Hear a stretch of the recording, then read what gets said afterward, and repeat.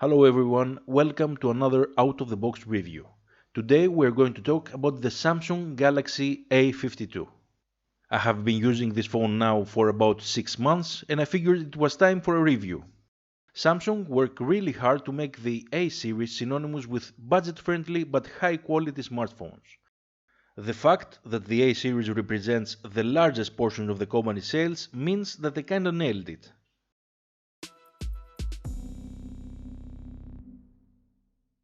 The A52 comes in two versions, the LTE 4G version with 4GB of RAM and 128GB of storage space with a starting price of €350, while the 5G version increases the RAM size to 6GB, has a faster Snapdragon 750G processor and a faster 120MHz panel, with a starting retail price of €430.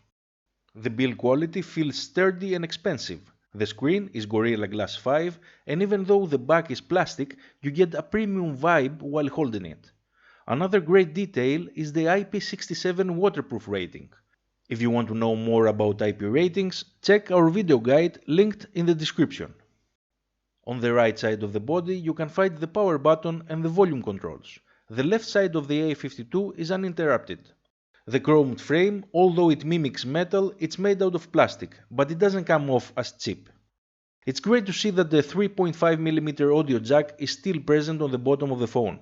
Next to it, a Type-C port with a USB 2.0 controller behind it. And next to that, a single bottom firing speaker which pairs with a call speaker to produce stereo sound. The 90MHz display covers, as expected, the whole front panel, apart from a small barely noticeable punch hole for the selfie camera. The Galaxy A52 comes in a simple box and lid package, nothing too fancy. As far as accessories go, you only get a charger of the regular Type-A variety and a matching cable Type-A to Type-C, a few leaflets and that's about it. It is worth noting that the Galaxy A52 supports up to 25 watts of charging. However, it does not ship with one. Instead, you get a basic 15 watts unit in the box. The Galaxy A52 is launching with the latest One UI 3.1 and Android 11 combo out of the box. Samsung has promised 3 major OS updates as well as 4 years of security patches. In theory, your Galaxy A52 will be trouble-free at least well into the year 2023. The 90MHz 6.5-inch display is bright with vivid colors. 90MHz is pretty much the minimum standard on a modern smartphone, offering extra smoothness and responsiveness, especially in scrolling, and it is much welcomed. The under-display fingerprint reader on the A52 is pretty consistent, though a bit slow by today's standards. Still very reliable though. Samsung has also included blue light protection called Eye Comfort Shield, which can adapt the colors and brightness of the screen throughout the day automatically, but be aware that this function consumes more power. Speaking of battery life, the A52 has a non-removable 4500 mAh battery and can manage a very respectable 105 hours of waiting time. With the included charger, it takes about 40 minutes to reach 60% of charging and a little over an hour to be fully charged. When it comes to video playback, the display is capable of crisp details, vivid realistic colors and low noise. The small punch hole and the surrounding bezels are hardly noticeable.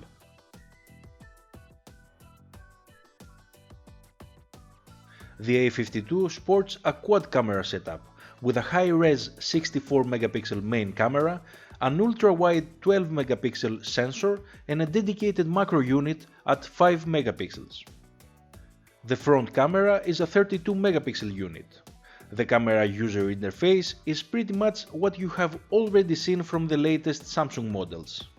Daytime photos from the main camera on the Galaxy A52 are quite decent, but mostly unremarkable.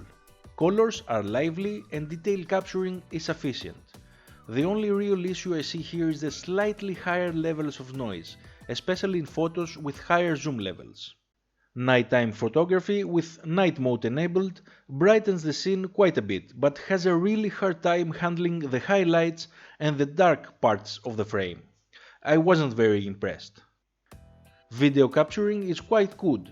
Colors are consistent with decent quality, dynamic range is reasonable, and noise is almost non-existent. Definitely better than what is available for photos. Let's see some clips with the different settings.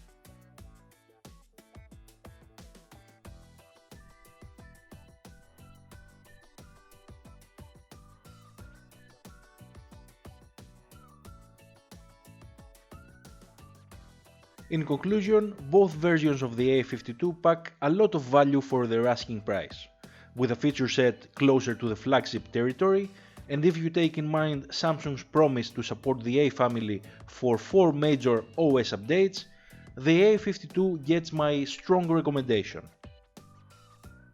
This was Out of the Box Reviews. If you liked the video, don't forget to like and subscribe, and I will see you in the next one.